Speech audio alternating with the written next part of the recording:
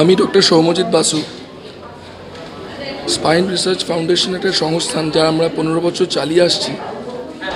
এই সংস্থানের মাধ্যমে আমরা এডুকেশন, ট্রেনিং, রিসার্চ এবং ফাইন্যান্সিয়াল হেল্প করি যে এই সমস্ত রোগীদের আর্থিক সামর্থ্য নেই জটিল শিরদাঁড়ার অপারেশন করানোর জন্য।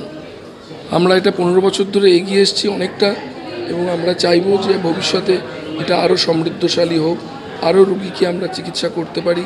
এবং এই চিকিৎসা আমরা নিজেরা তো কোনো পারিশ্রমিক নিই না, বরং হাসপাতালের যে খরচ এবং ওষুধপত্রের খরচ এবং ইমপ্লান্টের খরচও আমরা এই সংস্থানের মাধ্যমে পেমেন্ট করার ব্যবস্থা করি।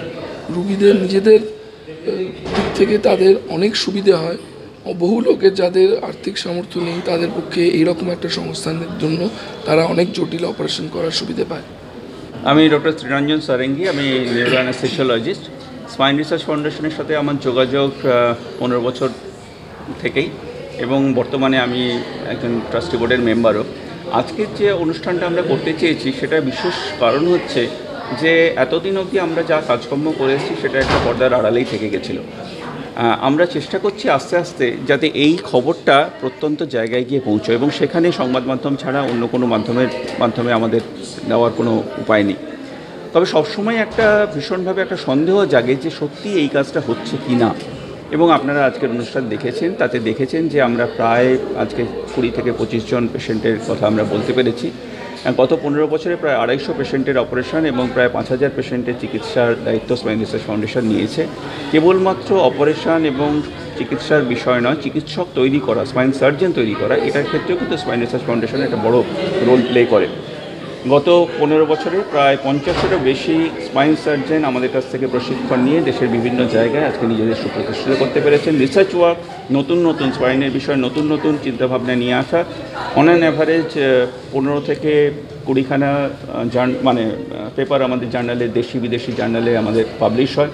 এবং আজকে যেটা আপনারা দেখলেন, এটা মুখ্যত বাচ্চাদের ওপর আমাদের যে কাজটা সেটাকে আমরা তুলে ধরার চেষ্টা করেছিলাম। কিন্তু বড়দেরও এই অসুবিধে হয়। বড়দের ক্ষেত্রে, বয়স্ক মানুষদের ক্ষেত্রে আজ থেকে 30-40 বছর আগে কিন্তু আমাদের যা যৌথ পরিবারের স্ট্রাকচার ছিল তাতে কিন্তু এতটা প্রয়োজন ছিল না। কিন্তু আজকে আমরা সবাই প্রায় একা, পশ্চিমবঙ্গ, কলকাতা প্রায় বয়স্ক মানুষেরা একা হয়ে যাচ্ছে। সেখানে তাদের সকালবেলা বাজার করতে গেলে ওই সাপোর্টের দরকার।